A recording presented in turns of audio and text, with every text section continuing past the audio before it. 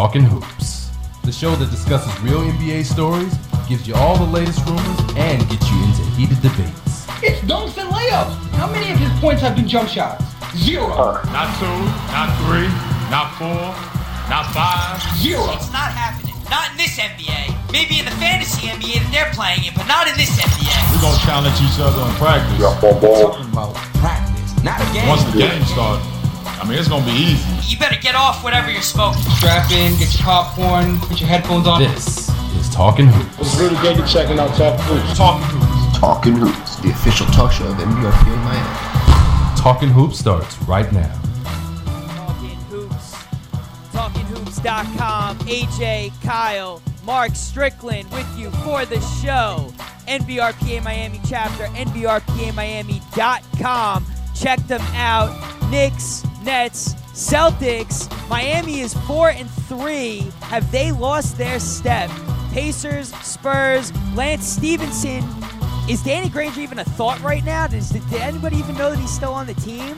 Injury update, there's a lot of them. But getting right into the Knicks and Nets, guys. Joining us on the line, former NBA player and New York legendary point guard, Kenny Anderson, to talk about the teams. Kenny, what's going on, man? What's up, man? Thanks for having me. What's going on? Oh, not too much. How's everything? What are you up to now? Yeah, I got a program up here in Palm Beach, man. It's going on now. It's usually 6:30 to 8:30. Primetime sports training. About 15 kids a night, but I got it Tuesday, Thursdays, and Fridays. So just training these young ballers. That's all.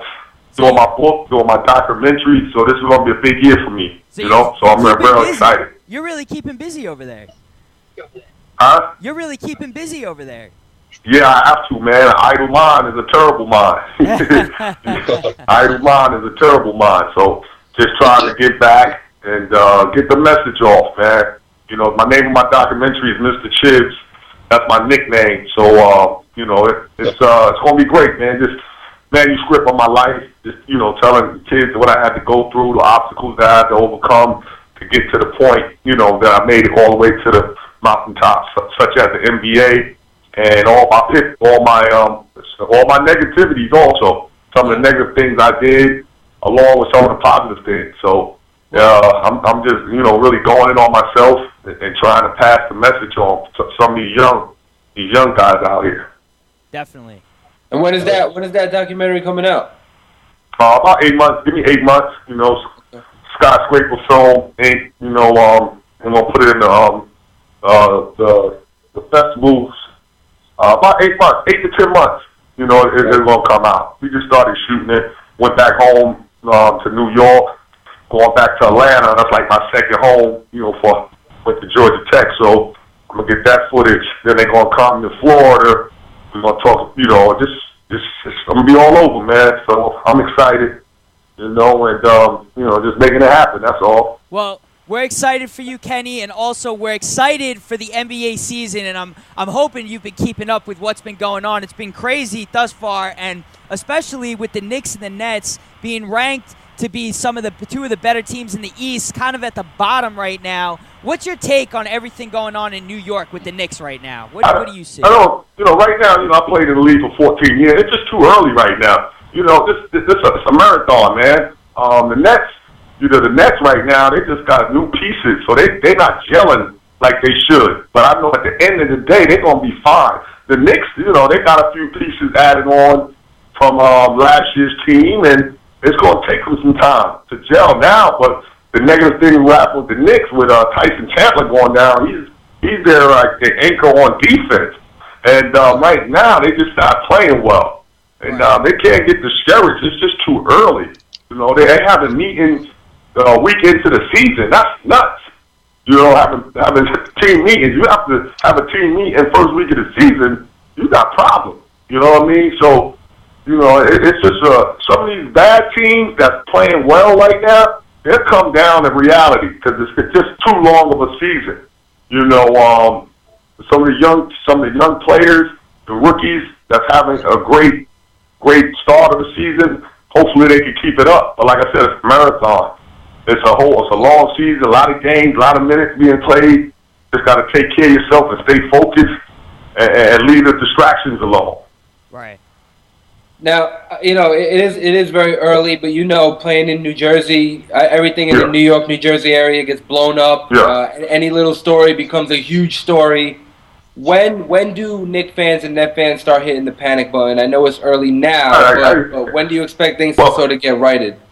Well, it's early, but you just don't want to fall in them holes. You got to stay above water. You just can't be going on no 5 to 6, 7 game losing streak. The East is too tough. The West is too tough now. I say, a month, 2 months.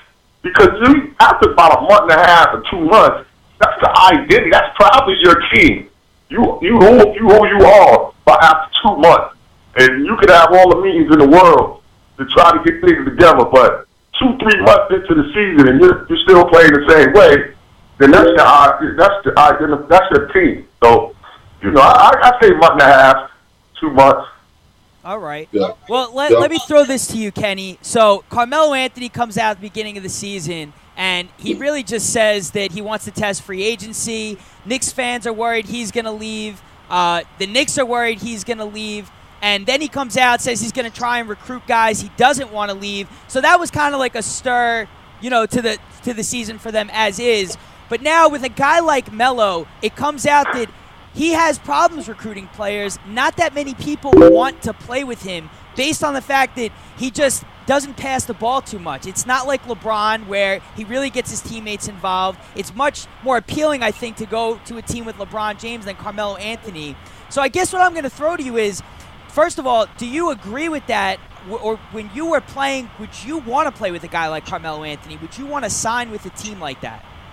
I'm not sure. First of all, I think he's a great player. He's a scorer, prolific scorer. But right now, it's early in the season. He's a volume shooter. He's shooting the ball a lot, and he doesn't get everybody involved. And hopefully he'll change. He'll make adjustment changes so that can happen. But he's been playing in the league 8 to 10 years now, and he's been that scorer. He has that scorer mentality. I don't know. I played with 2 guys, Paul Pierce and Antoine Walker. They shot the ball all the time. They ball hogs. I used to be like, man, can I get a shot? You know what I mean? So, a lot of people don't like playing with guys like that shoot volume shooters like that. But he's a talented player. He can score. I think Stoudemire injury has hurt them. He was supposed to come in and have a great career with the Knicks, and his injury has just affected him. So they just having problems right now. But New York, first of all, recruits itself. That's the mecca of basketball. Everybody want to play. Everybody should want to play in New York. But the one thing about it is only certain players mentally could play in New York because it's a lot of pressure. It's like championship is the championship or bust. You know what I mean? And the media is tough. You got all type of media coming at you. And a lot of players don't want that. They just can't handle it. So, Melo has dealt with it, and right now it's coming at him all type of ways. And with him announcing free agency, he should have never started that right now. New York feeds off that type of stuff. He should just focus on playing this year. He's a great player. He's going to have opportunity to do whatever he want to do. But he should have just focused. Now they start losing. That's all they're going to be throwing out. Hey, you want to stay here? You free agency. You shouldn't even have talked about that. You should just hey, I'm not talking about it. I'm just trying to focus on this season. But now it's out there, so it's going to be a lot of talk, especially if they don't start playing well. Right. All right, Kenny, and we're going to leave you with one question with the Nets, and then we'll let you get back to the basketball program that you're running over there. But Darren Williams, slow start to the season. I know it's early, but do you have any words of wisdom? How can he get all these guys on the same page and really get the Nets to start playing well? Oh, the Nets? I couldn't hear you. What you said, with the Nets? Yeah, the Nets, Darren Williams, slow start to the season for him. How can he kind of get back on track and get this team back on track and go forward with this season? Oh, with the Nets, they just got to play, man. All of it, it's a long season. Got to stay together. Got to keep everything in-house in the metropolitan area, New York, New Jersey. You got to stay together. And that was one of my biggest things when I played on some good NBA teams. Just the focus, the big picture. is to win a championship and to get to the playoffs. And it's like a family. And you got to keep what's going on inside your house, inside the house. And just keep playing basketball. Or, staying after, getting shots up, working on your body. So that's what I would say. You just got to weather the storm. You know what I mean? You're going to have a lot of, some games where it's not there, but you can't teach effort. You know what I mean? Effort and hustle, you can always come with that. And I just think all these teams that starting off slow, should just stay focused. And one thing before I go also, I went to the Nets and Indiana game. And I'm just so happy for Lance Stevenson. He's coming into his own. Yeah. He's one of those type of players I thought could be a stat sheet stuffer. And that's what he's doing. Scoring, rebounding, assist. And he's coming into his own, and Pacers is just a great team. That's a team. I've seen them play the Nets, and I'm like, wow, that's a team. Right. All right. Kenny Anderson, thank you so much for joining us. Really appreciate you taking the time out, and hopefully we get you on real soon and catch back up with you. All right, my man. Thanks for having me. All right. Thank you, Kenny. All right. All right, man. That's over. All right. A lot of good things Kenny said about the Nets and the Knicks. And, I mean, it just goes to show you that, when you're playing in New York, things get blown up, but it is early on in the season. So, fans just got to hold out and just wait for that, for sure. Yeah, one weekend, man. If you're a Net fan, then I know it's early, but just due to Kevin Garnett's age, I mean, he's 37. He's only averaging 6 and 6 right now. Yeah. And here's one of the guys that you brought in to sort of change the whole complexity of the franchise, bring a championship perhaps to Brooklyn, and he's only averaging 6 and 6. And at 37 years old, you got to start to question. It's got to become more of, is it his age as opposed to it's still early on? Right. At 37 years old, he's gone through his injuries, he's gone through all these years. 6 and 6 is not encouraging numbers. And then you couple that with, a whole new cast of people around him. The Nets I'm way more concerned with than the Knicks at this point. Yeah, that's true. Man, the Brooklyn, thing situation, man, I just feel like they just got to wait till they gel. I mean, Kevin Garnett, 6 and 6, like you said, that's just not getting it done. Darren Williams. I just look at Darren Williams as a guy, man, he's just going to have to pretty much step it up and bring everybody in and kind of be the leader of that team. You know what I'm saying? He's going to have to, talk to Kevin Garnett. I think he can get him easier shots to kind of get him rolling. You know what I mean? Because I know Kevin Garnett, you know what I'm saying, the type of player that he's been, I know his ego is kind of like, wow, I'm just averaging 6 and 6. And then, like you guys said, the New York media. But, Darren Williams is going to have to be a leader. That's why they brought him there. To be a leader, and he's just going to have to lead those guys. Same thing with Paul Pierce. He's just going to have to bring all those guys together and be like, look, we they just got to stick together. Working out, after practice, is that what you guys did? Just like Kenny said, they're going to have to do all that kind of stuff. All that stuff brings chemistry. And once you do that, man, then you'll start to see W's form with that chemistry. And that's, Mark, when you went through that, that's what you were doing. You guys were always hanging out, just staying together. That's what you went through. Yeah, you just after practice, get shots up, maybe go get something to eat after practice, we would, always do extra stuff, we would go in the weight room, do some extra lifting, work on our body, I would, ask Tim, hey, can you come on me, man, and show me, a certain way, where should I be, where would you like me to be on the pick and roll, I know I'm not a jump shooter, how can I help you, or how can you help me be more successful to get me easier shots? You know what I mean? Those type of things. Just communicating with your teammates. If you communicate with your teammates and get you to the point where everybody is focused on the same. Everybody's on the same page. That's what it is. Just like everybody's been saying, it's one weekend. It's early. It's a long season. But teams gonna have to start to gel before the hole gets too deep. They also had an interview before a couple of the Net games saying that Jason Kidd really hasn't been coaching. He's still really learning. This is really Lawrence Frank coaching this team right now. Granted, Jason Kidd is on the sidelines walking around talking to guys, but he's doing more what he did on the bench last season for the Knicks, where he was telling guys where they should be on the court, what they should be doing. He's bringing that leadership, but he's still got a ways to go in terms of learning the game of coaching, and that's what one of the executives of the Nets were saying, and that's all they expect from him right now. But right now, it's really Lawrence Frank coaching this team, and I don't know if that plays at all into. It doesn't make any sense. Why would you, if you make all of these trades to bring in Paul Pierce and Garnett, and you trade away all your assets, that means you want to win now. Correct. Why are you bringing in a rookie coach? No, agreed. On any level. A coach that's not even coaching. Agreed. He's not even level. coaching. He hasn't even coached you, sir. He hasn't coached anything. When I saw the interview on TV, I was a little surprised that they were openly speaking about Jason Kidd and his role with the team right now. You know, that really surprised me. And I know he missed the first 2 games because of first 2 games, right? Because of the DUI. Right.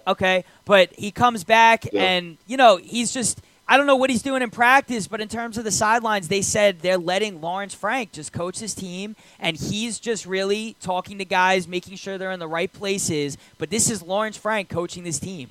And what was really weird is they said it's Lawrence Frank coaching, but he wasn't the one walking up and down the sidelines when Jason Kidd wasn't there. So I don't know what's going on with the Nets, to be totally honest with you. You know, I think Jason Kidd, if they really wanted to bring him in, they could have started him at a different slot and brought in a different head coach that he could have A, learned under, and B, gained some type of chemistry with the players. He could have really helped Darren. Like Darren Williams right now is only averaging 10 and 7. Right. All right. And Darren Williams is supposed to be an all-star point guard, and 10 and 7 isn't all-star numbers.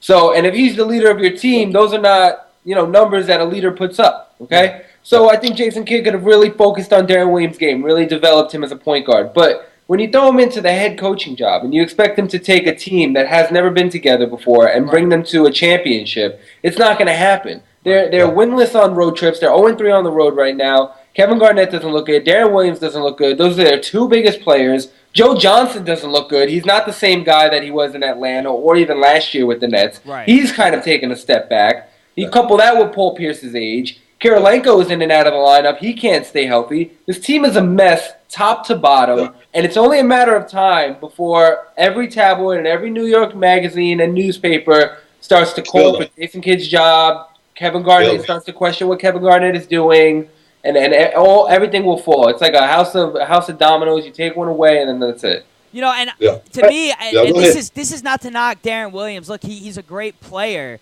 but the Nets play better when Sean Livingston's running the point guard. He's getting more guys involved, and that's what I saw just from watching them play the Pacers. Sean Livingston's setting up the offense better than Darren Williams. You know, he really is. Darren Williams looking for his own shot out there. Joe Johnson's looking for his own shot out there.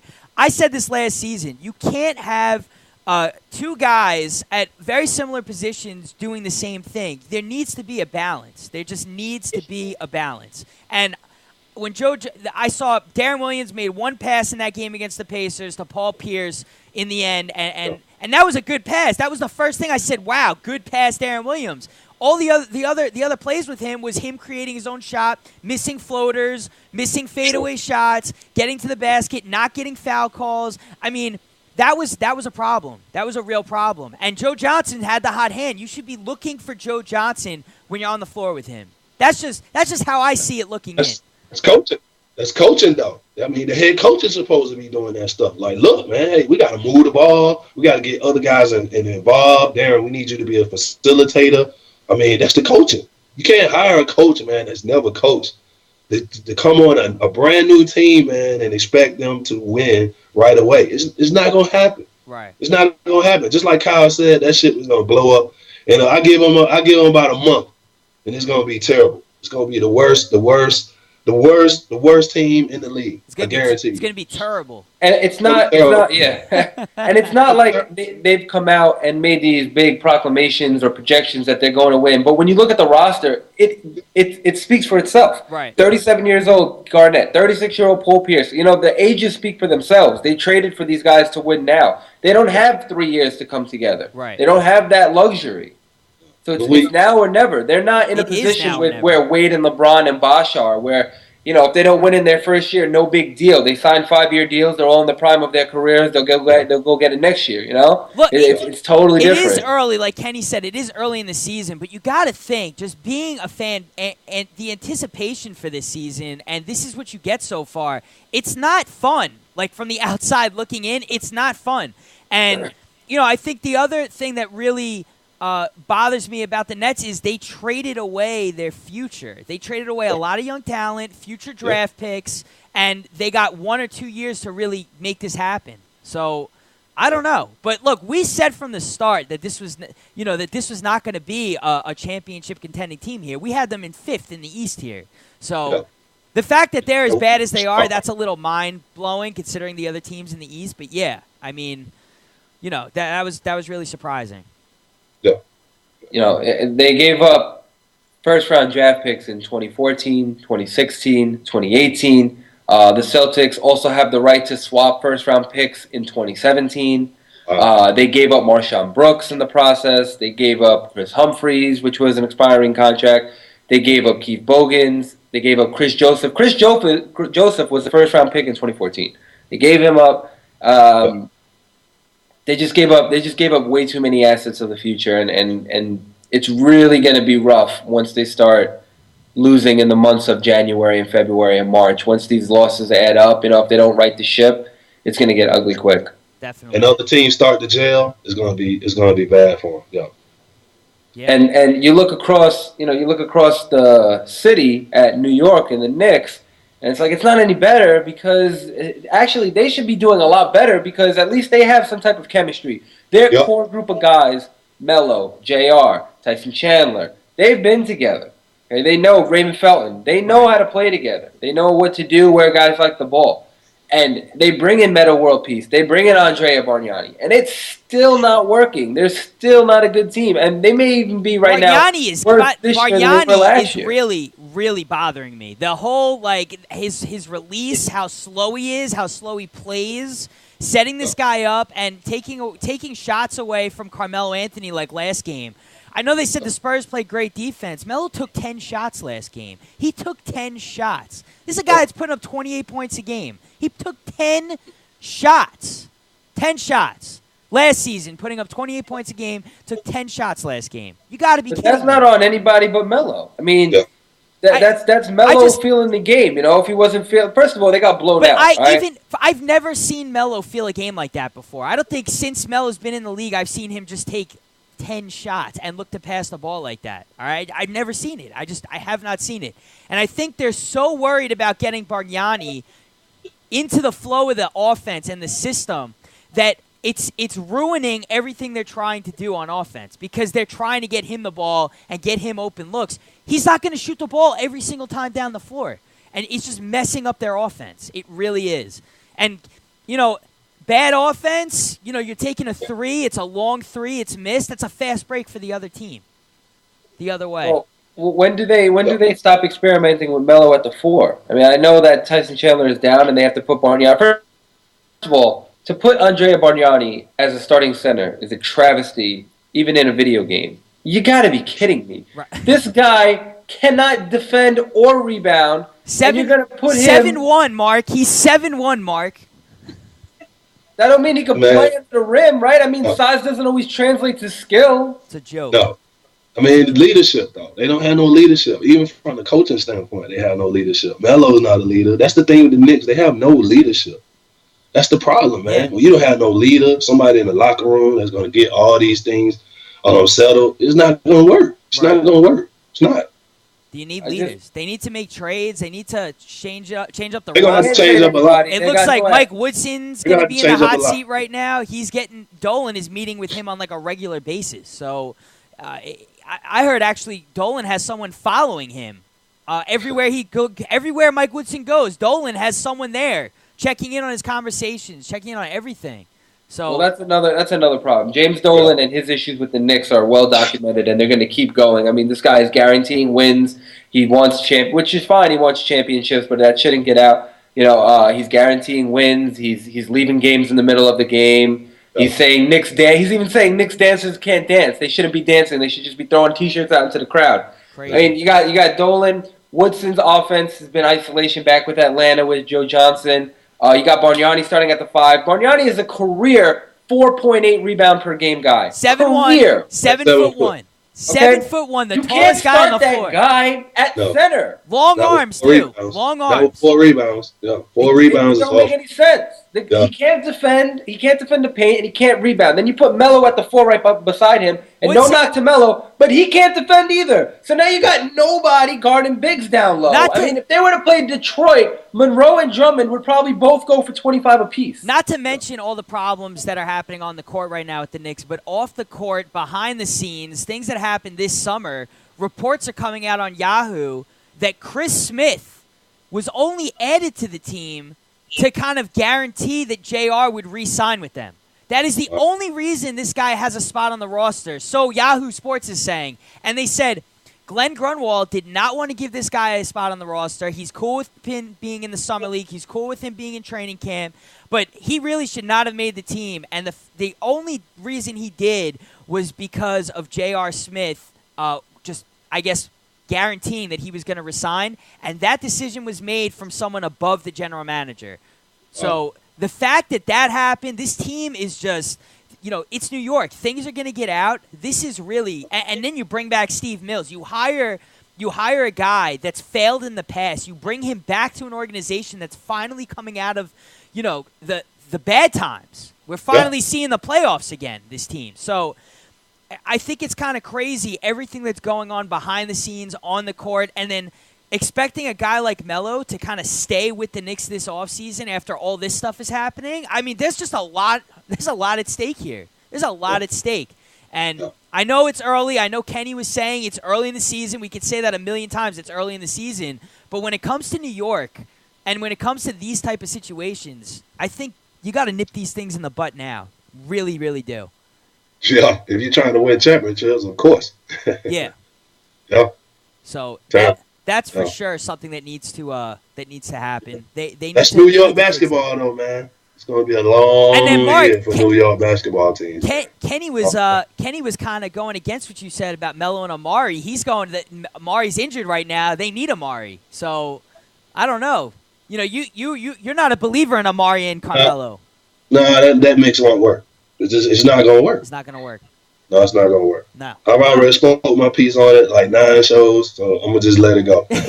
I'll tell you something about Amari. Here's the thing with Amari is that he's the same kind of guy. He can't defend or rebound either. It's the same problem with all these guys. They have all these bigs that can't defend and can't rebound. That's why when Tyson Chandler goes down, it's like such a huge blow. Like for any other team, mostly, it's like, all right, one guy goes down, you'll have somebody else. There's nobody else to step up. You're playing a power forward who is notoriously soft under the rim to take Tyson Chandler's spot. And you got nobody else. Then you got Amari Stoudemire. And then you want to play Kenyon Martin. He's also a power forward. None of these guys are centers. Why is there no other center on the roster? That doesn't make any sense. Why don't you have a backup center on the roster? Why do you have to play a power forward who shoots 3-pointers to guard the rim? How does that make any sense? It makes no sense. And that's the problem with the Knicks roster. They don't think about these things. It's like, all right, yeah, let's play Melo at the power forward spot because that's where he wants to play. Or because that's where we think he can score the most. No, it's where does he fit in best on the team? Right. Okay? If LeBron needs to handle the ball, LeBron handles the ball. If LeBron needs to go down on the block, LeBron goes down on the block. It's like, where do these guys fit best on the team? Right. And Metta World Peace is playing really well right now. He should be in the starting lineup. You should have a legit center filling in for Chandler, and you should have Metta World Peace in the lineup somewhere. I don't understand what these pieces are. Yeah. It's like a puzzle with all pieces that don't fit. It's like you're trying to put a puzzle together, and none of the pieces are fitting. You're just blocking each other. All right, it's very frustrating. And now, it's so easy to see. And and who's next in line if Woodson goes? Who's going to take over as coach? Who are they going to try and bring in now in the start of this season? Who the hell is going to take over for coaching? That's a great question. And there's some candidates out there. Yeah. What I would have liked to have seen preseason was Patrick Ewing getting an assistant coaching job, because if Woodson goes, Ewing could have succeeded him, and it's not like Ewing is Jason Kidd, where he has no coaching experience and he's going to try to take over a team. No, this guy has been an assistant coach with Orlando. He's with the Bobcat. He has a track record of being in the NBA. Right. He's a great player. Players work with him. That would have been great. The city would have been in love with the Knicks all over again. Right. And instead, you don't even hire this guy. You offer him like a D-League job. Yeah. Now he's not an option, and they extend Woodson another year. Right. I don't know if I can really see Dolan getting rid of Mike Woodson if the Knicks are not playing well by the All-Star break. I really could. I could see it happening in another couple of games. What do you mean, like the No, All-Star break? It's going to happen soon. I don't think that drastic. All right. All right. AJ, come on. All right, hey, listen. I've seen a lot of crazy things being a Knicks fan, but all right, let's get away from the Knicks and Nets for a second because they're really not doing that well. A team that is doing really well, surprisingly well, is the Boston Celtics. And joining us to talk about the Boston Celtics is Yahoo Sports beat writer for the Celtics, Warren Shaw. Warren, what's going on, man? Hey, AJ, what's up, man? Thanks for having me on yet again. Oh, no problem, no problem. You're hanging, of course, with the great Mark Strickland and Kyle. And Kyle's talkative tonight, so. Oh, that's what's up. What's up, guys? How's everybody doing tonight? Good. I like how you say the great Mark Strickland and then just Kyle. There's no, like, any gravitas around me. It's just like, oh, and this guy Kyle that we found outside. Right. Yes. Well, you know it's all love for me, Kyle. You know more about that. You are a great comment. Thank you. So I'm glad that you can join us today because the Boston Celtics, who you know since coming on the show last time, we were counting out. I know it's still early, but 4 straight, including a crazy win over the Heat. What is going on in Boston right now? Well, what happened is kind of how the season started. When they started off 0-4, you know, Stevenson had a lot of those guys playing a little bit out of position. He had Avery Bradley trying to run the point guard. He had Jeff Green trying to play shooting guard. And sometimes that can work if you play guys out of position to create mismatches, but all it did was cost Boston a whole bunch of problems. After the first 4 games, they were leading the league in turnovers. He finally realized that he can't have AB, you know, handling the ball and Green at the 2. And then Sullinger missed, you know, the first game or 2 and took a little bit of time to get himself, you know, kind of together. So in Game 5, when it was against Utah Jazz, they moved Crawford to the point guard position, which to me, I got to admit, I was a little bit skeptical, but Crawford has really turned things around. They're playing Presti a little bit more. Stevenson decided to extend the rotation and give a lot of guys their opportunity, but more importantly, playing guys in the right position. Now they're playing with pace. They stopped turning the ball over as much. Yeah, and you know now they reeled off 4 straight, including that miraculous win against Miami. You know, the way I see it is with a team that really doesn't have too much expectation, why not experiment with everything right now? You know, this is that season that people really didn't expect them to do anything. So the fact that they are able to do that right now, they should just take advantage of it. And whatever's working, hey, it's great. But it kind of makes me nervous at the same time because, no, at the end of the day, this is not a championship team. And if they're going to try and compete for a solid spot in the playoffs, I don't know if that's the best move for the Celtics with the type of draft they have coming up this summer. So, what do you want them to fold? I'm not saying a fold, but at the same time, you know, it's. You know, they turn out to be like an 8th seed in the East. That's kind of the worst position they want to be. Hey, to me, Boston right now is way worse off than New York or the Nets, and they're playing better than New York and the Nets. So more props to them. I commend I commend Stevens for shaking it up. If something isn't working, he mixed it up. Unlike Woodson, who's staying with the same roster and the same kind of thing. Right. I commend Stevens for that. But Warren, what about Rajon Rondo now? When are the Celtics hoping to get him back, and how is he going to impact this team? Well, there's still no timetable on his return. You know, he got fitted for a brace a few weeks ago and said, you know, he doesn't want to return kind of until he knows he's fully confident and believes in his knee. So, you know, we kind of have to wait to hear what the deal is on that. You know, I still think he's going to be sometime in the middle to end of December. But, you know, again, that's just, you know, I'm not with the team on a regular basis to know and kind of see where that's at. And Danny Ainge and they're not going to be rushing him back. You know, to AJ's point a little bit, everyone does kind of understand that, yeah, maybe they're not a championship team, so getting in the playoffs is probably the worst case scenario. But these guys have a lot of pride, man, and that's what it boils down to. No one wants to be here and become Tank City. They're not worried about. I mean, the players themselves are not worried about the draft, if you will. So they're here, they're playing for the here and now. But when Rondo comes back, you know, that's going to add another dimension to them, to make them a little bit faster as well, and to make them a very, very tough team to play that, you know, nobody's really going to want to see. But again, it is, like I said, it's not something that, you know, they're not a championship contender in any stretch of the imagination, but they said they're going to be very, very solid throughout the year. You know, one thing I also like about the Celtics, that Gerald Wallace taking a bench role and accepting it.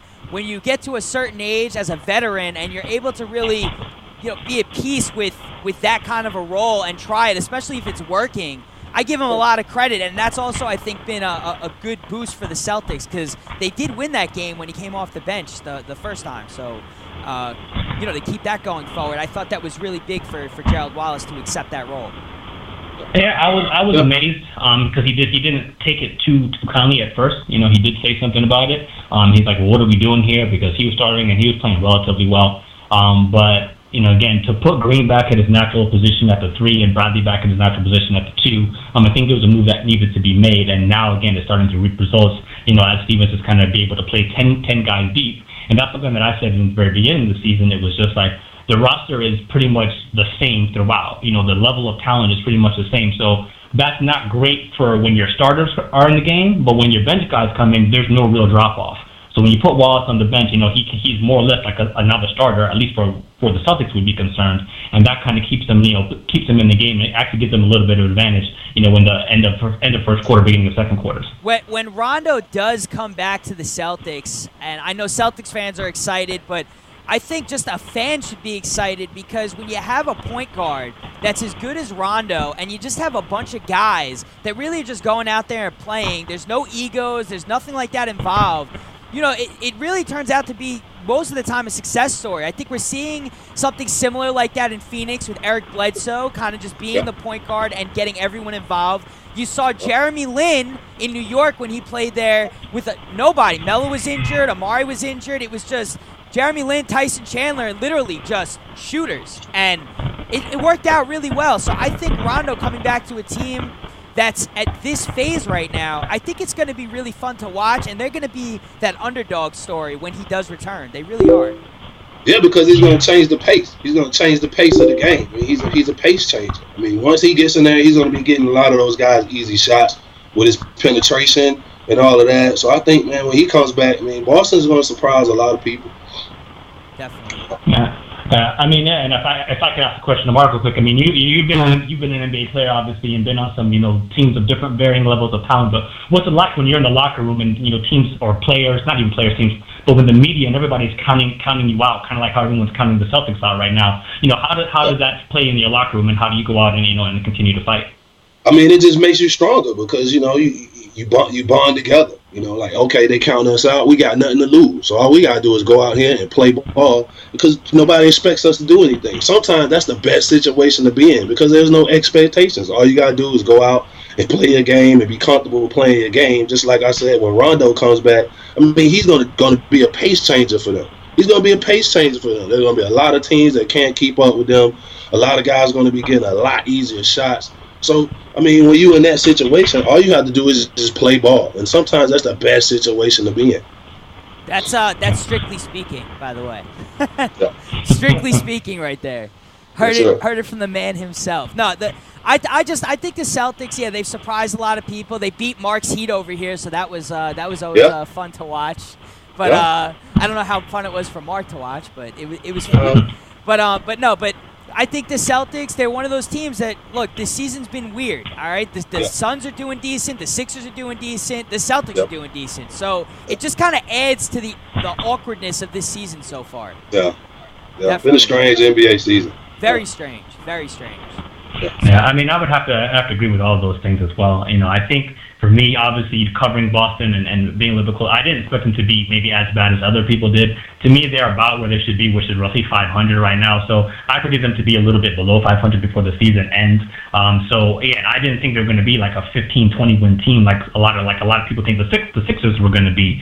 So Again, they started off so bad, and now all of a sudden they're really hot. But right now, they're really just a 500 basketball team. Right. But yeah, even to your point with Philly and Phoenix, I think those are the two biggest surprises out there. And nobody saw this coming. And, you know, play of Markieff Morris, Eric Bledsoe, and then Michael Carter-Williams and Evan Turner for the 76ers. Yeah. That's just great basketball.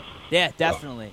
Well, going forward, I guess we wish the best to the Celtics. Hopefully they finish off strong.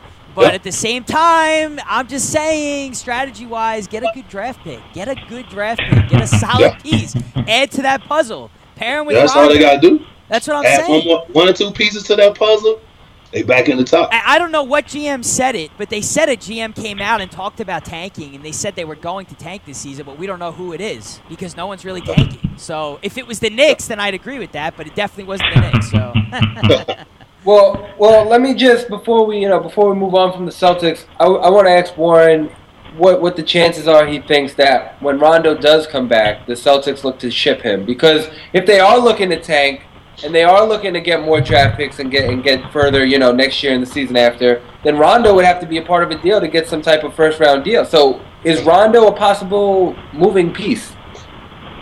Well, with Ainge, you never really know what the guy is thinking. So I think we discussed it slightly, the last time I was on. And he's a guy, when there's actually a trade is going to happen, you really don't know when it's going to be. So all this, rumors and talk about Rondo potentially getting moved, it is just that for right now. So they're going to wait for him to come back, assess his health, and then that's going to be, that's going to also determine if other teams are going to be interested because they want to see what exactly they're getting for him if they do put a package together. There's a couple teams out there who have multiple draft picks in the 2014 draft, so it wouldn't be the worst thing in the world. But as of right now, they said they want to keep him. They want to build around that guy. And again, he's not a bad piece to have. Obviously, an all-star elite point guard in the league is something that every NBA franchise needs to have. So you don't just give that away. So again, we're going to have to wait to see what happens when he comes back, prove he's healthy, and then see what the teams might be able to offer him. All right, Warren Shaw, Yahoo Sports beat writer for the Boston Celtics. And thank you again for coming on the show. We really appreciate it, and we'll catch up with you soon for sure. Thanks, Warren. I appreciate it, AJ. Man, Kyle, Mark, you guys have a great evening. Enjoy the rest of your show, and I'll definitely talk again soon. All right, enjoy Seattle, man. Enjoy Seattle. Do something crazy over there. Yeah, man, it's pretty cool. Checked out Safeco Field, and going to be going to San Francisco from here on out. Going to go check out the Warriors Thunder game. So NBA, man, I love it. Got to check it out. Good stuff. Good stuff. Warren, always a pleasure. We'll catch you on the rebound, man. All right, you guys take care. All right. All right. So hey, you got your take right there on the Boston Celtics, and believe me, Warren knows a little something or two about what he's talking about. So, but I think there's one thing about the Celtics, and when he talked about trading Rondo kind of accepted the idea of him being a leader for this team this season and kind of just being the guy. It's his time to man the ship. Take the keys to the ship. Paul Pierce is gone. Kevin Garnett is gone. It's really in Rondo's hands to be a leader now. And I don't know if he really wants to leave Boston. I really don't. Yeah, I don't think so. Why would you want to leave a team? Now you're going to be a man. You went through all of those steps to get to this point. You came in and then, you're dealing with Garnett and you're dealing with Pierce that's been there for so many years. And then you go to all of a sudden, okay, now it's Rondo's team. And then you get injured. And now when you come back, it's still your team. And you don't have those other pieces, those older pieces. You have younger pieces, man, that you can help develop. Why would you want to leave that? I mean, maybe he don't want to be a part of a rebuilding thing. Maybe he wants to be a part of a contender and not a rebuilding team. I mean, even if they get 2 first-round picks in this draft and another 2 next year, I mean, that's a lot of rookies, and you got to work with them, and then you got to hope that when your contract is due that you get that extension from them. I mean, Garnett and Pierce, they got the easy way out. They got to go to a good team, right, or supposedly a good team, and Ray Allen got an easy way out, right? He left and went to Miami, and we know how that story played out. Maybe Rondo sees them and wants to follow that type of path. There's plenty of teams. Look, he's not going to find a shortage of teams that are interested in his services. Oh, no, definitely. That's true. Yeah. So but I think like Boston, I think he should just stay there, man. I mean, why would he want to leave there when you're the catalyst of your own team? You're running the ship. Right. Yeah, you're running the ship. Well, that's up to him. I mean, is he going to chase the championship, or is he going to stay loyal and try and help out his team? He has a championship already, so it's not like he's so eager to get one. It's not like a guy like Carmelo, where he's dying for that ring. Yeah, but right. Mark, look, as a player, right? I mean, if you win, I mean, I know like your story, you haven't gotten a championship ring, but if you win a championship ring, you're not going to be content, right? You're not going to just say, all right, I got that one. I'm cool with my career now. You want more, right? I mean, you never want to just stop.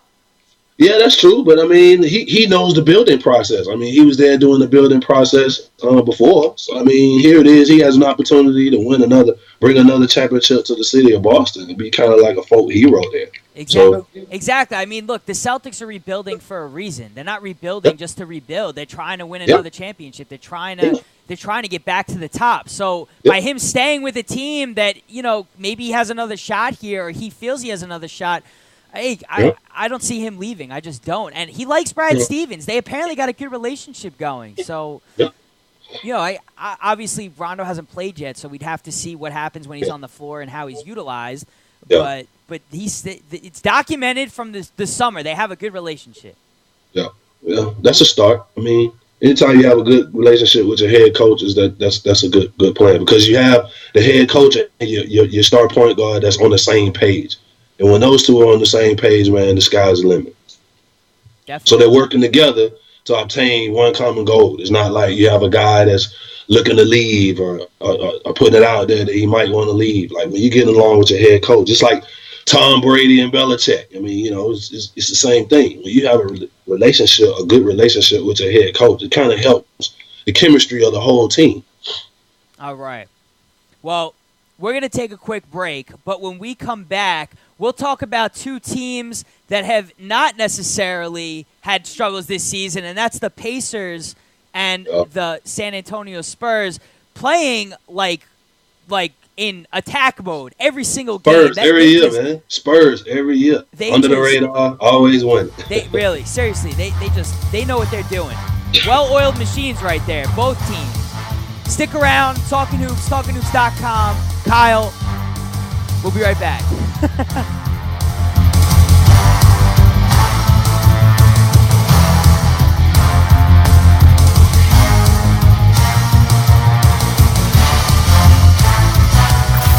Don't foul out. Talkin Hoops will be right back. I'm Mark Sanchez with a message for women. This is the actual sound of my heartbeat. I'm sharing my heart to let you know that the symptoms of women's heart attacks can be different from men's. Please learn more. All it takes is a few minutes of your time in return for years of healthy life. That's a deal even my agent couldn't negotiate. Cover your heart. Learn more. CVS cares.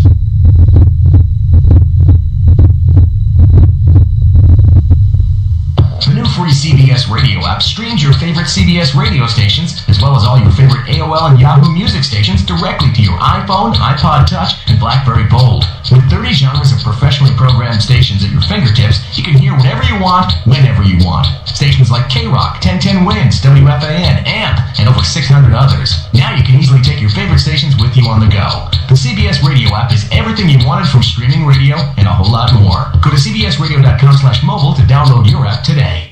This is AJ, and you're checking out Talkin Hoops, where you can hear the true legends of basketball. If you missed any of the action from today's show, you can find the full episode on talkinhoops.com or youtube.com/talkinhoops. And don't forget to follow @TalkinHoops on Twitter and give us a like on Facebook for all the latest around the league.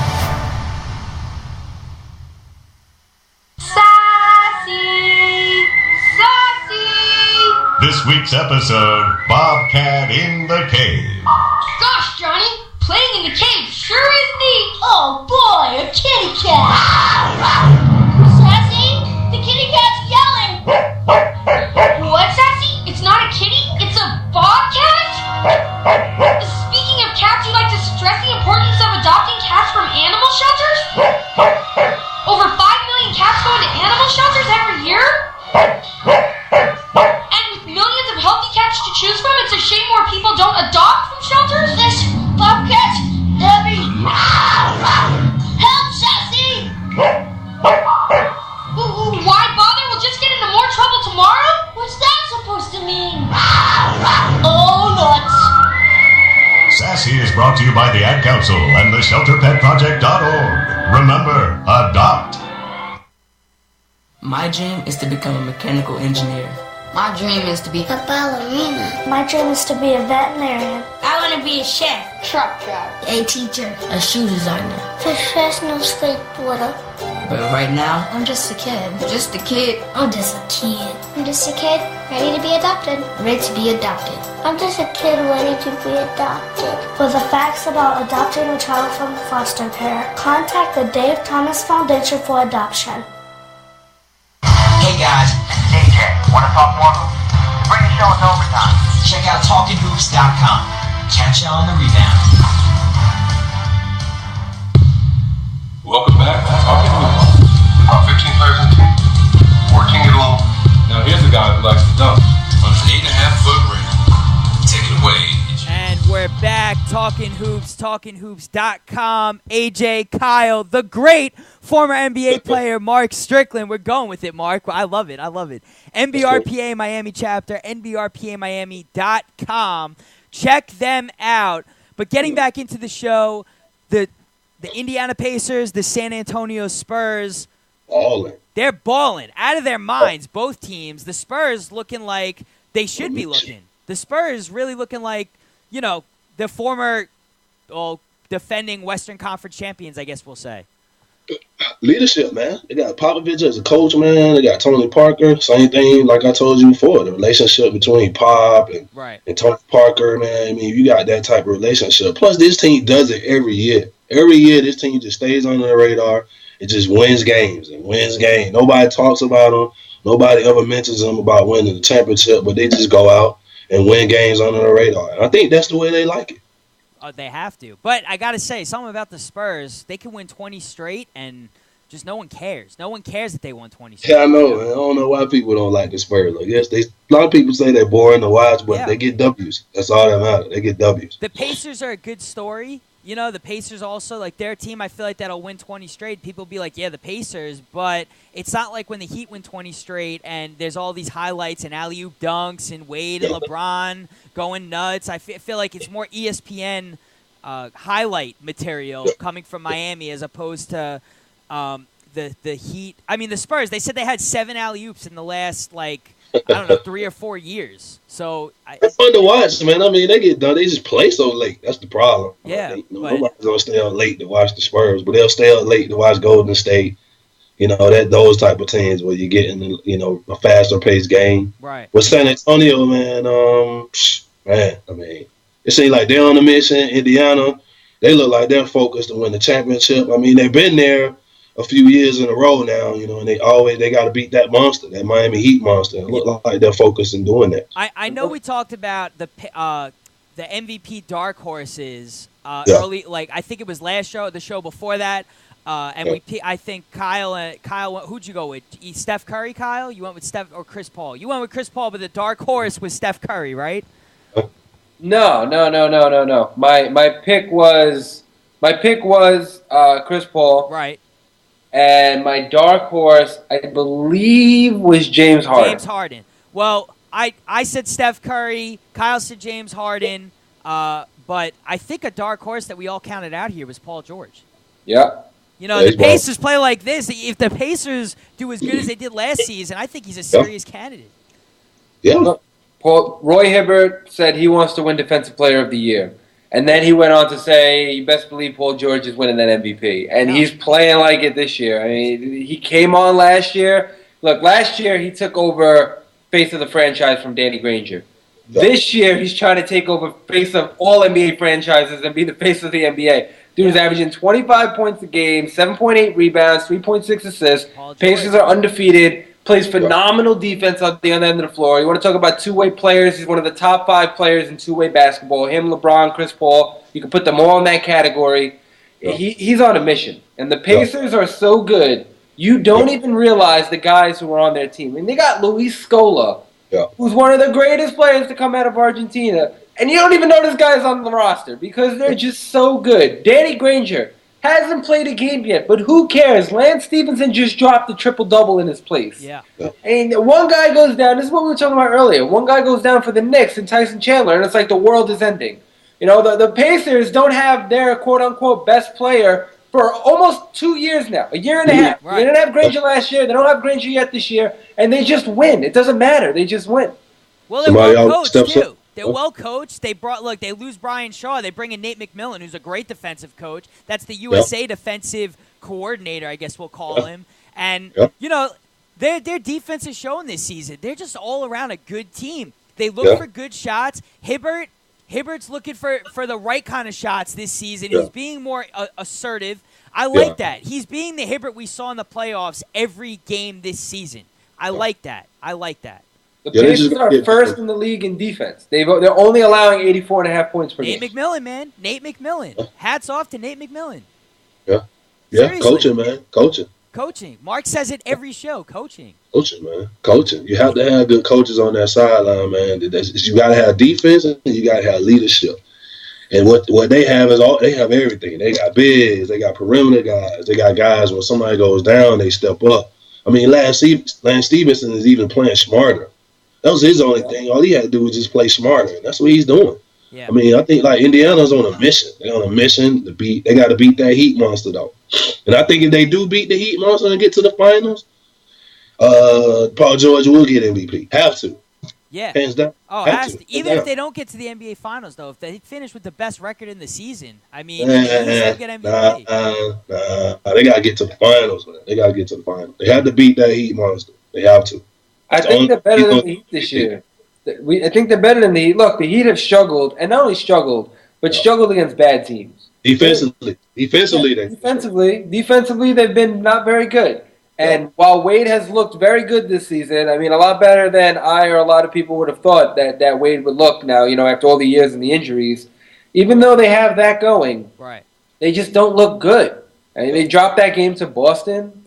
They haven't looked good against bad teams. And I'm not confident with them going forward. And I know that's exactly what they want to hear, right? That's exactly what LeBron wants to hear because he's fed off that his entire career. It's, he's not good enough to get it done, or they're not as good as people think they are. And he eats that. And that's what he wants to hear right now. But right now, if the Pacers can get the Heat to play their kind of game, they're not winning. Like, a defensive struggle is going to go to the Pacers. I mean, Miami would have to run the score to Indiana to not compete. Because Indiana, I don't think, is built for that type of run-and-gun shootout type of game. If it gets into a shootout, I'm not confident they can swing with a team.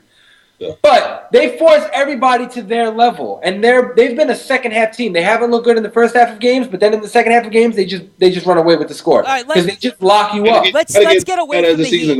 Let's get away from the Pacers Heat for a second. How about, let's say, Spurs and Pacers in the finals? If that was to happen tomorrow, who's taking that series? Pacers. You like the Pacers still?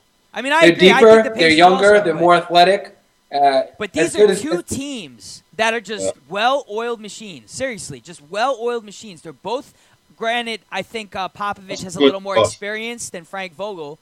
But that's coin toss, yeah. Coin toss to me, yeah. But you can't pick a team that, man. I mean, both teams are playing really well. Both are good defensive team. Both teams move the ball. Both teams are playing. They play similar. Unbelievable right now. Like, it's a coin toss with them now. Let's fast forward. Let's fast forward to the finals, right? Let's fast forward all these months and go to the finals. I look at it as this. That's a full season of games under Tim Duncan and postseason games under Tim Duncan's belt at his age. Yeah. That's the same thing for Manu Ginobili, who struggled mightily with injuries last season. Right. That's two key components on the team that have to go through an entire season and an entire postseason, then have to play the Pacers. The Pacers are young. Paul George hasn't even hit the prime of his career. Lance Stevenson hasn't hit the prime of his career. Roy Hibbert hasn't hit the prime. They're still, just about to get into that peak. I mean, they're still walking up to the top of their mountains. Everybody on the Spurs, outside of maybe 2 or 3 guys, are over the hill. Outside of maybe Danny Green and Kawhi Leonard, everybody who's a major contributor on that team is at the top or falling down. Everybody in the Pacers is still going up. All their key contributors. You mix that in with just all of their talent. I mean, they're so deep. Like I said, you have Skoll on the team, you don't even know it. Chris Copeland. Copeland on the team, you don't even know it. Well, no, whatever. But the Pacers, the problem with the Pacers, they always had a quarter where they couldn't score. That's been the problem. Now they go in the first half, they starting off slow. You can't start off slow with a lot of teams, man. You can't give them a quarter or 2 quarters where you're playing from behind all the time. And that was the problem last year. They always would go a quarter or go a stint of time where they couldn't score. Yeah. So you can't do that against good teams, especially against good defensive teams or good veteran teams. Are they going to take advantage of that? Yeah, I could see. That's my only gripe with the Pacers. All right. Well, look, one guy that's injured on the Pacers, Danny Granger, add him to the long list of injuries this season. Kyle, as we're wrapping up the show here, why don't you break down the injuries that we got so far?